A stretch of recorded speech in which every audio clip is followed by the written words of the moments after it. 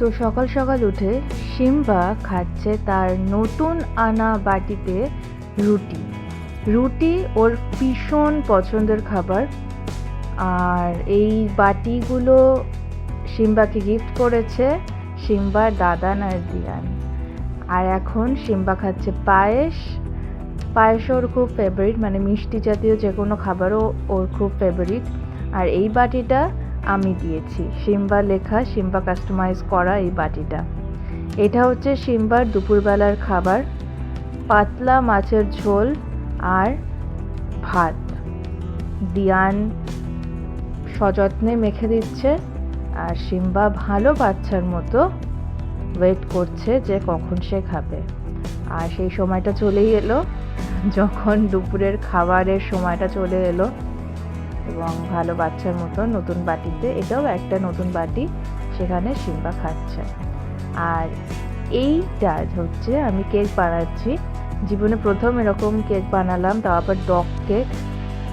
ভীষণ এক্সপেরিমেন্টাল একটা কাজ আমি করেছি। ক্যারেট কেকও বলা যেতে পারে বা ডগ কেকও বলা যেতে পারে। কেকটা নিয়ে আমি ভীষণ ভয় ছিলাম যে কেমন হবে, আদৌ যেমন ভেবেছিলাম সেরকম হবে কিনা, বাট কেকটা ভালো হয়েছে, মানে সিম্বার খুব ভালো লেগেছে। এবার চলে এসছে সেই মুহূর্ত, যেই মুহূর্তে আমরা কেক কাটানোর জন্য সিম্বাকে প্রস্তুত করছি। জামা কাপড় পরাচ্ছে সিম্বার দাদান এবং দিয়ান। প্রতিদিন যেমন থাকে সেরকম করে তো থোড়ি কেউ কেক কাটতে পারে, তো একটু তো জামা কাপড় পরাতেই হবে। তো সেটার জন্য সিম্বাকে রেডি করা হচ্ছে।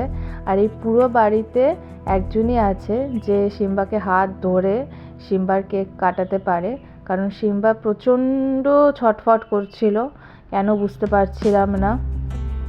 তো সেটা হলো সিম্বার মামু। সিম্বার মামু সিম্বাকে ভীষণ, দেখো দেখতেই পাচ্ছ যে চলেই গেল একদম, এতই মানে অস্বস্তি হচ্ছে। মেবি ওর টুপিটার জন্য বা জানি না কিসের জন্য, বাট আমার একটা স্যাটিসফ্যাকশন হয়েছে, সেটা হলো যে সিম্বা ভীষণ ভালোবেসে আমার বানানো কেকটা খেয়েছে, যার জন্য কেকটা তৈরি করলাম। সে ফাইনালি ভীষণ পছন্দ করে চেটে পুটে কেকটা খেয়েছে। এই কেকটার পুরোটাই তো আমি সিম্বাকে দিতে পারিনি, তার কারণ হচ্ছে যে এখানে প্রচুর পিনাট বাটার দেওয়া ছিল। তো কিছুটা সিম্বার বন্ধুদেরকে বাইরে গিয়ে দিয়ে এসেছি। আর একটা জিনিস রেকর্ড করতে ভুলে গেছি, সেটা হলো যে সিম্বার রাতের খাবার। সিম্বা রাতে খেয়েছে মাটন আর ভাত।